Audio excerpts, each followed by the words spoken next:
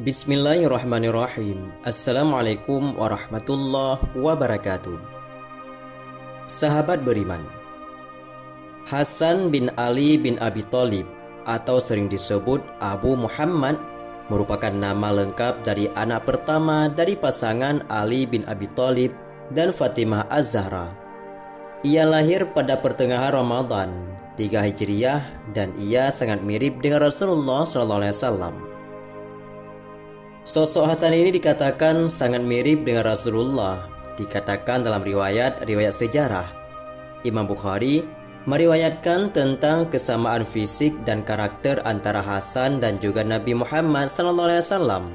Hasan dikatakan memiliki penampilan yang sangat mirip dengan Rasulullah. Bahkan di antara seluruh orang, tidak ada yang semirip Nabi Muhammad seperti Hasan. Sampai-sampai nama Hasan sendiri merupakan pemberian dari Nabi Muhammad SAW yang menunjukkan betapa besar kasih sayang dan perhatian Nabi terhadap cucu-cucunya tersebut. Nama Hasan yang secara harfiah berarti yang baik atau yang indah, mencerminkan keistimewaan dan kebaikan hati yang dimiliki oleh Hasan bin Abi Thalib. Sementara itu adiknya bernama Husain bin Ali bin Abi Thalib, merupakan nama lengkap dari adiknya Hasan. Tidak berbeda dengan kakaknya, nama Husain juga merupakan pemberian dari kakeknya, yaitu Nabi Muhammad SAW. Sa'ad meriwayatkan dari Imran bin Sulaiman, ia pun berkata, Hasan dan juga Husain adalah dua nama dari nama-nama penghuni surga, dan tidak ada seorang Arab pun yang memakai nama tersebut pada zaman jahiliyah. Al-Mufaddal juga berkata, Allah menyembunyikan nama Hasan dan juga Husain sampai Rasulullah menamai kedua cucunya dengan dua nama tersebut. Dalam sebuah riwayat diceritakan dari Ummi Salamah radhiyallahu anha, beliau berkata, adalah Rasulullah SAW dalam rumahku. Tiba-tiba masuklah Husain radhiyallahu anhu kepada beliau. Maka aku memandang keduanya dari pintu. Saat itu Husain bermain-main di atas dada Nabi Muhammad, sementara di tangan Nabi Muhammad ada sebongkah tanah dan air mata beliau mengalir. Dan ketika Husain sudah keluar, maka aku pun masuk kepada beliau. Maka aku pun berkata, dengan bapakku dan dengan ibuku menjadi penebusan, aku melihat engkau ya Rasulullah. Di tangan engkau ada tanah sambil engkau menangis. Maka beliau pun bersabda kepadaku, ketika aku bersuka cita dengannya, sementara dia di atas dadaku sambil bermain-main, maka datanglah Jibril kepadaku. Dia memberiku tanah yang mana dia akan dibunuh di atasnya. Maka karena itulah aku menangis. Hasan bin Ali adalah cucu Nabi yang pertama wafat karena pengkhianatan istrinya sendiri.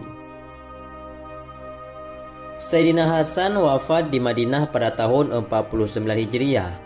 Ada juga yang menyebutkan pada tanggal 5 Rabiul Awal tahun 50 Hijriah. Dan ada juga yang menyebutkan pada tahun 51 Hijriah. Imam Jalaluddin As-Suyuti mengungkapkan misteri kematian Hasan sebab diracun. Ia diberikan racun yang mematikan di makanannya yang membuat dirinya harus kehilangan nyawanya. Yang memberikan racun pada Hasan adalah seorang perempuan bernama Ja'dah binti Ash'ad bin Qais. Ja'dah binti Ash'ad tak lain adalah merupakan istrinya Hasan sendiri, kejam dan juga tragis dan juga mencengangkan. Lantas, apakah motif Ja'dah membunuh Hasan ataupun suaminya? Maka diceritakan dalam kitab Tarikh Al-Khulasah. Di situ dijelaskan, Ja'dah terkena tipu dan rayu Yazid bin Muawiyah. Awalnya Yazid merayu agar memberikan Hasan racun. Jika Hasan mati nanti, maka Sa'dah ini akan dijadikan istri oleh Yazid bin Muawiyah sebagai pemimpin ketika itu. Maka terpedaya hasutan Yazid Akhirnya Jaddah pun tega membunuh suaminya sendiri, membunuh lelaki yang menyayanginya, membunuh cucu tercinta Rasulullah. Demikianlah kekejaman Jaddah, wanita di balik kematian tragis Sayyidina Hasan, cucu Rasulullah. Maka ketika melihat kakaknya berpenyakit, Husain bin Ali, adik dari Hasan bin Ali, mendesak saudaranya untuk memberitahu pelaku yang tega meracuninya. Namun Hasan enggan memberitahunya. Ia pun malah berkata, "Allah lebih keras balasannya.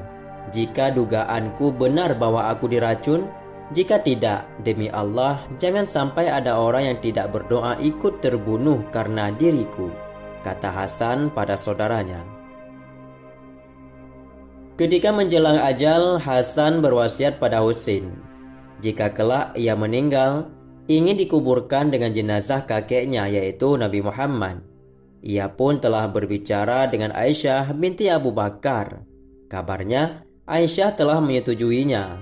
Namun bila ada orang yang tak setuju dan menolak wasiatnya, Hasan meminta Husain agar tak melawannya.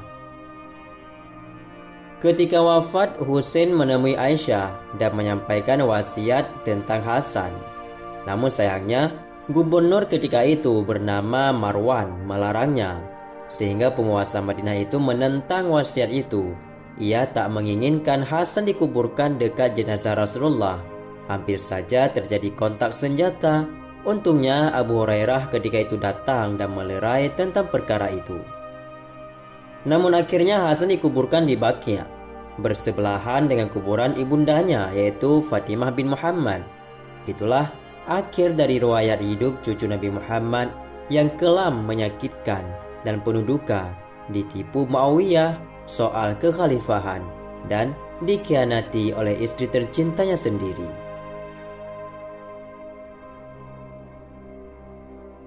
Sedangkan cucu Nabi yang kedua, yaitu Husain bin Ali, juga memiliki nasib yang sama dengan kakaknya. Dia kehilangan nyawanya juga disebabkan keserakahan kekuasaan dari pihak keturunan Yazid bin Muawiyah ini. Dendam dan kebencian masa lalu yang melekat di hati keturunan Muawiyah, sehingga merenggut kembali nyawa cucu kesayangan Rasulullah tersebut, yaitu Husain bin Ali, adik kandung daripada Hasan bin Ali bin Abi Thalib. Setelah kematian Muawiyah, disitulah mulai puncak awal kisah terjadinya pembantaian Karbala. Tak lama setelah Imam Husain alaihissalam memasuki kota Mekah, penduduk Irak ketika itu menerima kabar tentang kematian Muawiyah. Mereka juga mendengar Imam Husain tidak bersedia berbaiat kepada Yazid. Mereka pun berkumpul di rumah Sulaiman bin Surat Khuzai dan memutuskan untuk menyurati dan mengundang Imam Husain alaihissalam ke Kufah. Tepat pada tanggal 10 Ramadan, terkumpullah sekitar 600 surat yang masing-masing dibubuhi 4 tanda tangan. Dalam surah itu, mereka berharap agar Imam Husain datang ke Kufah. Namun begitu, beliau tetap memikirkannya matang-matang. Saat itu surat-surat lain masih berdatangan hingga mencapai 12.000 surat.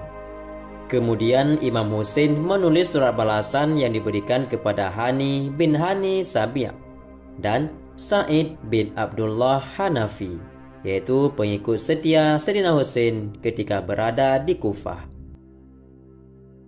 Hingga singkat ceritanya, Imam Husain pun mengutuskan utusannya ke negeri Kufah, yaitu yang bernama Muslim bin Aqil, untuk membawa surat ke Kufah sekaligus menyelidiki situasi dan kondisi di sana untuk dilaporkan kepada Imam Husain. Pada pertengahan bulan Ramadan, diam-diam Muslim meninggalkan Mekah dan pada 5 Syawal tiba di Kufah. Ia tinggal di rumah Mukhtar Tsaqafi. Mengetahui Muslim telah memasuki Kufah, penduduk menemui Muslim dan berbaiat kepadanya. Konon, jumlah warga Kufah yang berbaiat itu mencapai 18.000 orang. Lalu Muslim memberikan surat kepada Abbas bin Abi Sabaibi Syakiri untuk disampaikan kepada Imam Husain alaihissalam. Dalam surah itu dikatakan, sebanyak 18.000 warga Kufah telah berbaiat kepadaku. Oleh itu, saat surat itu sampai, bersegeralah kemari. Terbunuhnya Muslim bin Aqil. Ibnu Ziyad sebagai gubernur Kufah ketika itu mengetahui tentang persembunyian Muslim bin Aqil. Ia pun mengancam warga Kufah. Hingga berangsur-angsur orang-orang itu meninggal Muslim bin Aqil. Hingga pada suatu malam hanya tersisa 30 orang yang menyertainya. Setelah mengerjakan sholat maghrib dan juga isya, orang-orang yang tersisa juga keluar dari masjid Kufah meninggalkan Muslim sendirian. Akhirnya Muslim bin Aqil pun mencari perlindungan di rumah seorang perempuan bernama Tau'ah. Namun sialnya, seorang pemuda pemabuk membocorkan keberadaan Muslim itu kepada Ibnu Ziyad. Hingga rumah Tau'ah pun dikepung. Namun dengan gagah berani, Muslim menghadang pasukan Ibnu Ziyad dan terlibat pertempuran sengit dengan mereka. Ia akhirnya pun terluka parah dan juga ditawan oleh tentara. Tepatnya pada hari Rabu 9 Zulhijjah, yaitu di hari Arafah, tahun ke-60 Hijriah, Muslim akhirnya gugur sebagai syahid setelah 2 bulan 4 hari tinggal di Kufah. Utusan Muslim sampai di tengah rombongan Imam Husain dan menyampaikan pesan Muslim bin Aqil bahwa warga Kufah tercerai-berai tidak setia atas baiat yang telah mereka berikan sebelumnya kepada Muslim. Imam Husain pun sangat bersedih hati atas kesyahidan Muslim bin Aqil dan Hani bin Urwah. Imam Husain alaihissalam pergi ke Kufah. Berita tentang perjalanan Imam Husain ke Kufah menyebar di tengah khalayak ramai. Abdullah bin Abbas dan Muhammad bin Hanafiyah menghampiri Imam Husain dan berusaha agar Imam Husain mengurungkan niatnya untuk pergi ke Kufah. Selepas melaksanakan tawaf di Baitullah dan mengerjakan sa'i antara Safa dan juga Marwah, Imam Husain dan penolong setianya bersiap meninggalkan Mekah. Akhirnya, setelah tinggal selama 4 bulan 5 hari di Mekah, pada Selasa 8 Zulhijjah yaitu di hari Tarwiyah, Imam Husain bersama dengan 72 orang yang terdiri dari pembesar serta tokoh-tokoh Kufah, juga para pengikut dan keluarganya meninggalkan Mekah. Mereka bergerak menuju Kufah. Diriwayatkan bahwa saat tiba di daerah bernama Batanu al-Ramah, Imam Husain menyurati warga Kufah dan mengabarkan perjalanannya menuju Kufah. Imam Husain menyerahkan surat itu kepada Qais bin Masahar Saidawi. Ketika Qais tiba di Qadisiyah, sekelompok tentara bayaran Ibnu Ziyad menghentikan dan menginterogasinya. Qais terpaksa merobek surat Imam Husain yang dibawa sehingga pihak musuh tidak mengetahui isi surat itu.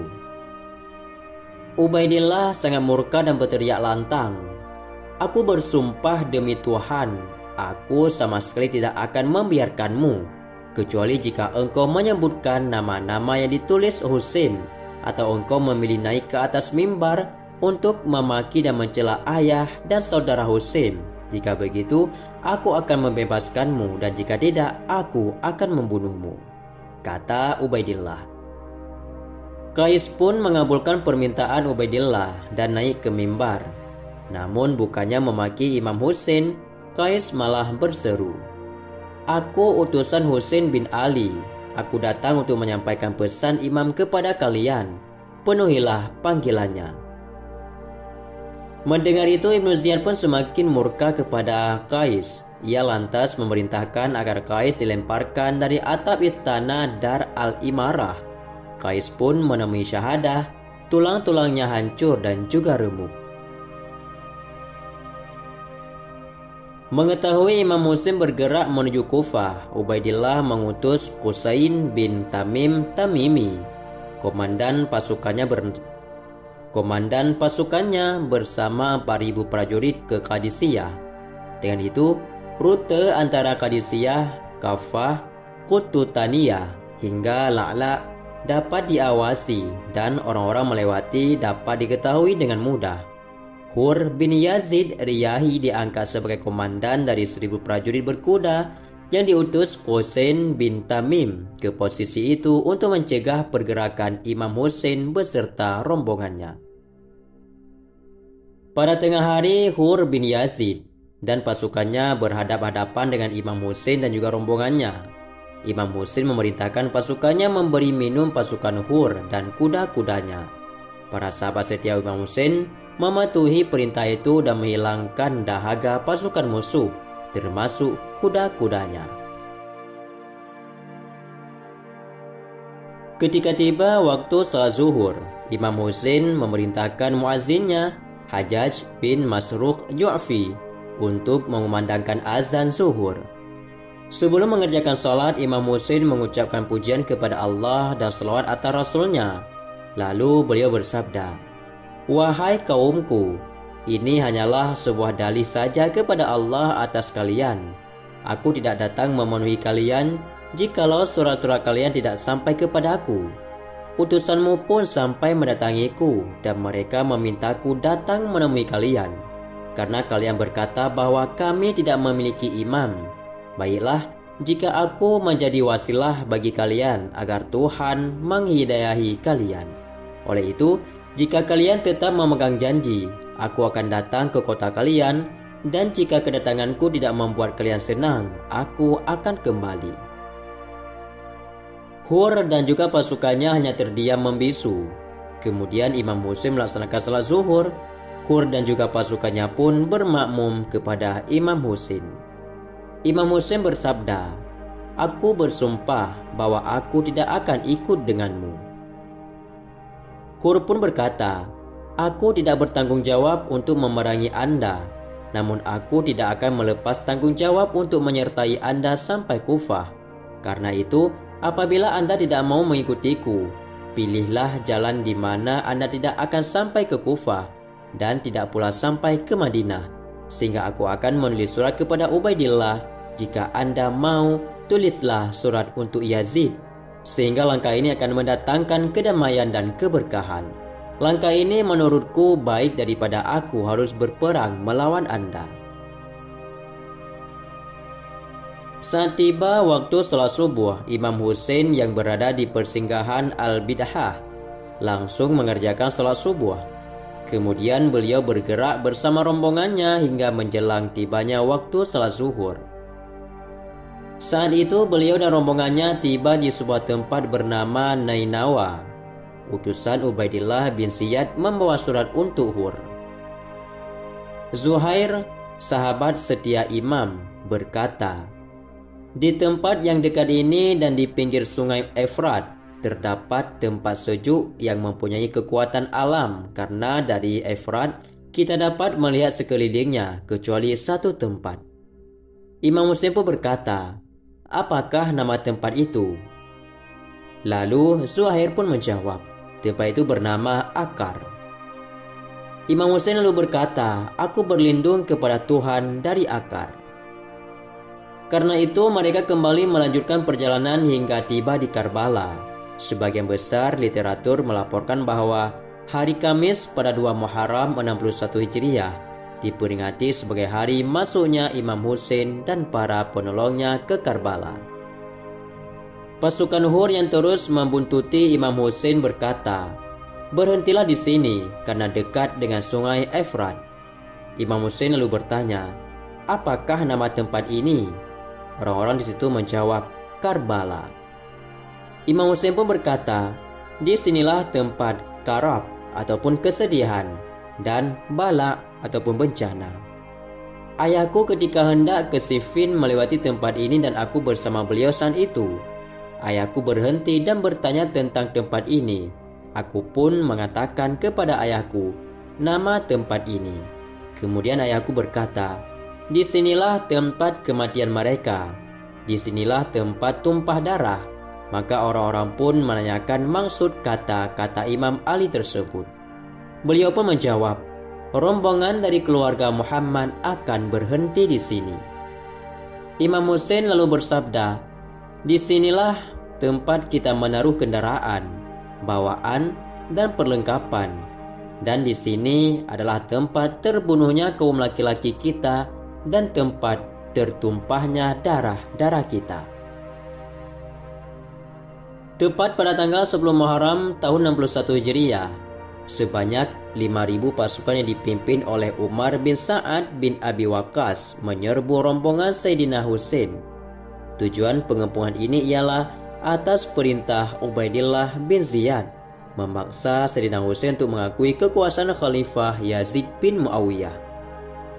Menurut sejarawan, rombongan Sayyidina Husain hanya berjumlah 72 orang yang terdiri dari 32 orang prajurit berkuda dan 40 orang pejalan kaki. Selebihnya terdiri atas anak-anak dan juga perempuan. Dengan jumlah yang tidak seimbang, inilah tentu membuat pasukan Sayyidina Husain kalah kelak melawan pasukan Ziyad bin Muawiyah. Dalam pertempuran itu akhirnya hanya menyisakan dirinya saja dan sebagian keluarganya yang terdiri dari wanita dan juga anak-anaknya. Tepat pada 10 Muharram, pasukan Ubaidillah bin Ziyad memukul kepala Sayyidina Husain dengan pedang hingga berdarah. Lalu Sayyidina Husain membalut luka di kepalanya dengan merobek kain jubahnya. Dengan cepat, balutan kain terlihat penuh dengan darah. Saat itu ada pula dengan teganya melepaskan panah dan mengenai leher Sayyidina Husain. Namun, ia masih hidup sambil memenggangi lehernya. Ia menuju ke arah sungai karena kehausan. Kemudian pasukan itu pun mengepung dan tidak membiarkan Sayyidina Husain untuk meminum. Ibnu Katsir juga mengatakan bahwa yang membunuh Sayyidina Husain dengan tombak adalah Sina bin Anas bin Amr Nakhai. Lalu ketika Imam Husain pun pergi untuk meminum karena kehausan, Sina bin Anas bin Amr Nakhai ini pun menggorok leher Sayyidina Husain dan menyerahkannya kepada Khawali bin Yazid. Maka tepatlah pada 10 Muharram, tepatnya di Karbala, yang dikenal dengan hari Asyura, wafat dan juga terbunuhnya cucu kesayangan Rasulullah SAW, yaitu Sayyidina Husain bin Ali bin Abi Thalib, adik kandung daripada Hasan bin Ali. Itulah sekilas kisah tentang perjuangan dan juga kisah duka dua cucu Rasulullah yang sangat dicintainya, yang memiliki kehidupan yang luar biasa untuk menegakkan agama Islam. Namun pada akhir hayatnya, beliau berdua wafat di tangan penguasa zalim karena kehausan akan kepemimpinan dan juga kesalahan dalam mempertimbangkan hawa nafsunya. Semoga bermanfaat. Cukup sekian pertemuan kita pada kali ini. Wallahu alam. Assalamualaikum warahmatullahi wabarakatuh.